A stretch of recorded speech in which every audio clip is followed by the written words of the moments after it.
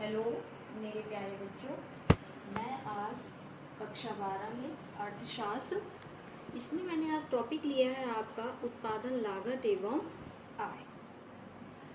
अब उत्पादन लागत, इसका सीधा सा सरल शब्दों में बताना चाह रही हूँ मैं कि किसी भी वस्तु या पदार्थ को बनाने में जिन इकाइयों को उपयोग में लाया जाता है उसके जोड़ को, योग को हम क्या कहते हैं? उत्पादन। उत्पादन किसी एक वस्तु से नहीं किया जा सकता है, उसके लिए कई इकाइयों का सम्मिलित होना आवश्यक होता है। उसमें हमें भूमि भी चाहिए, पूंजी भी चाहिए। भूमि है, पूंजी है, श्रम है, उद्यम है, साहस।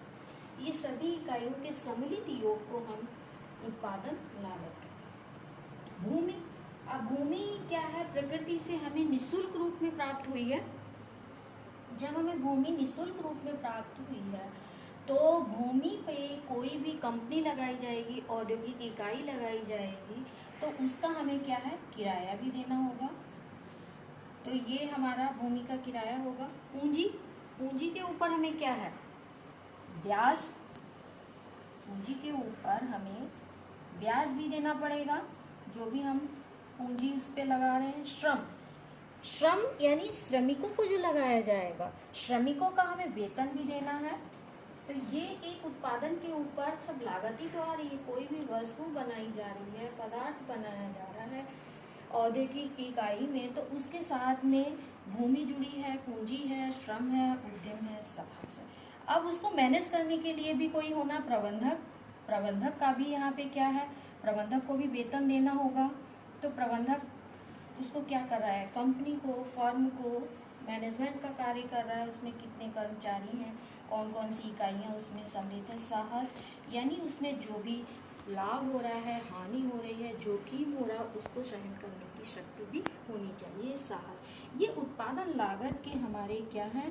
प्रमुख बिंदु हैं। इनसे हमारा उत्पादन कार्य सुचारू रूप से क्रियाशील होता है। अब आपके आते हैं उत्पादन लागत के 3 मुख्य बिंदु हैं। कुल लागत है आपका, औसत लागत है और सीमांत लागत है। कुल लागत यानी कि जो कुल इकाइयां हमने बनाई हैं उनके ऊपर हमारा कितना रुपया, कितनी पूंजी, कितना धन खर्च हुआ है। एक फर्म ने, मान लीजिए एक फर्म ने 100 इकाइयाँ बनाई हैं। 100 इकाइयों के ऊपर आपकी कितनी लागत आई है? 500 रुपये आई है। ठीक है, तो ये आपकी क्या हो गई है? 100 इकाइयों की कुल लागत आपकी कितनी है? 500 रुपये।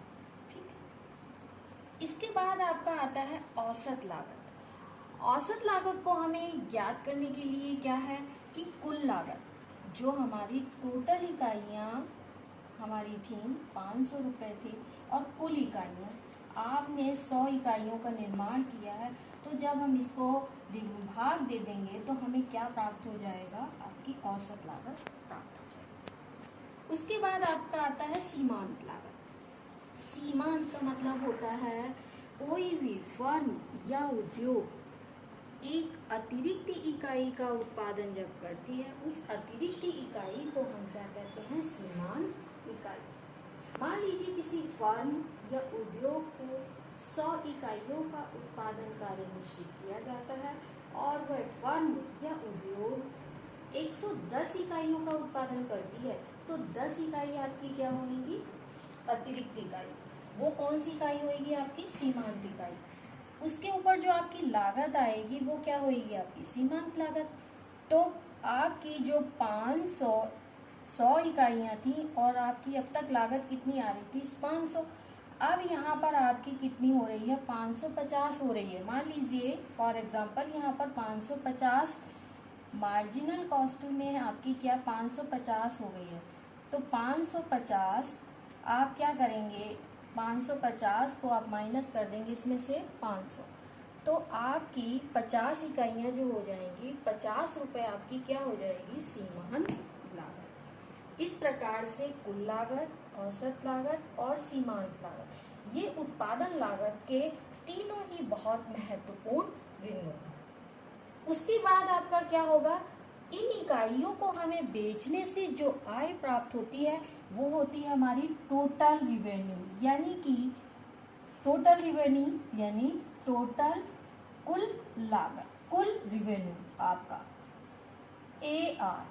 AR का मतलब हो जाता है आपका एवरेज रिवेन्यू, औसत आय। MR का मतलब यहाँ पर क्या हो जाता है आपका मार्जिनल रिवेन्यू, यानी कि सीमांत आय। ठीक है, इतना आपको क्लियर हो गया है। TR, AR, MR। कुल लागत से क्या प्राप्त होएगा आपको DR, औसत लागत से क्या प्राप्त होएगा DR, सीमांत लागत से क्या प्राप्त होएगा आपको MR। ठीक है, अब हम आपको तालिका के द्वारा स्पष्टीकरण करेंगे। जो अब हमने तालिका बनाई है आपको, अब मैं उत्पादन आय, आपकी जो आय प्राप्त हो रही है इसमें TR का मतलब टोटल रिवेन्यू, AR का मतलब एवरेज रिवेन्यू और MR का मतलब है आपका मार्जिनल रिवेन्यू। इसको हम तालिका के द्वारा स्पष्टीकरण कर रहे हैं जिससे कि बहुत सरलता से इसको समझा जा सकता है।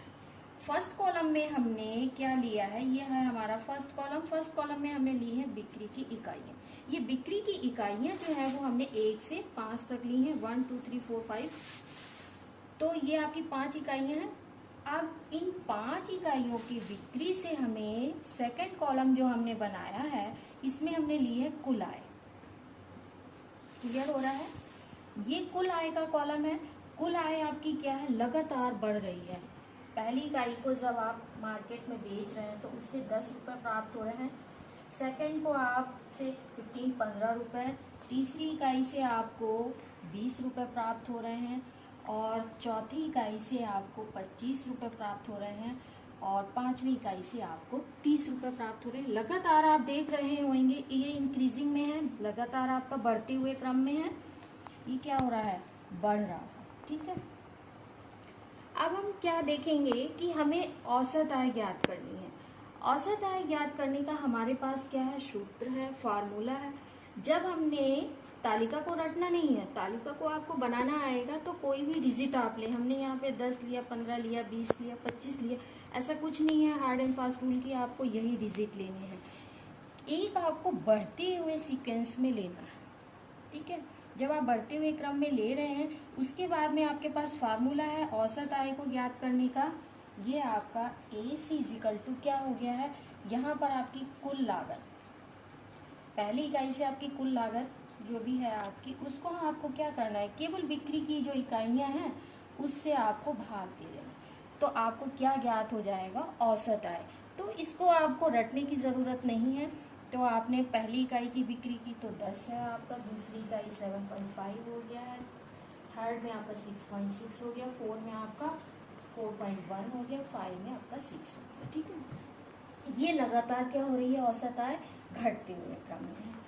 यहाँ पर क्या होता है कि कोई भी फर्म या उद्योग क्या चाहती है कि अपने लागत को न्यूनतम करना चाहती है और लाभ को बिक्री की इकाइयों से अधिकतम लाभ अर्जित करना चाहती है। इसलिए यहाँ पे क्या है, औसत आय आपकी लगातार गिर रही है। सीमांत आय उससे भी तेजी से गिरती है। सीमांत आय आप देख रहे होंगे, इस कॉलम से आप तुलना करें तो आपकी एक डिजिट आपका इससे भी कम हो रहा है, तो सीमांत आय आपकी उससे भी ज़्यादा गिरते हुए प्रदर्शित की जा रही है।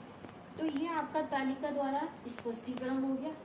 इसी को आप छोटा सा रेखा चित्र के माध्यम से भी इस प्रकार प्रदर्शित कर देते हैं। यहाँ पर आपकी TR है और आपकी AR है और ये है आपकी MR। यहाँ पर आपकी क्या है, उत्पादन की इकाइयाँ हमने ली हैं।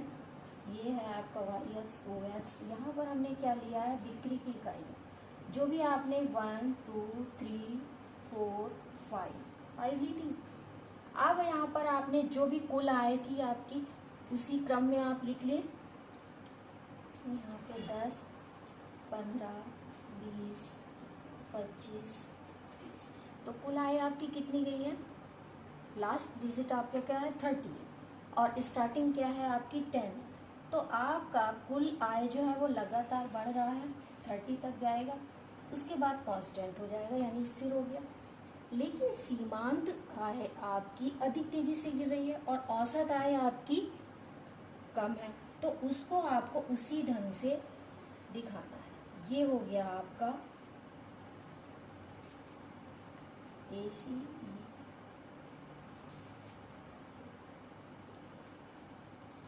TR ये हो गया आपका टोटल रेवेन्यू, ये आपका हो गया है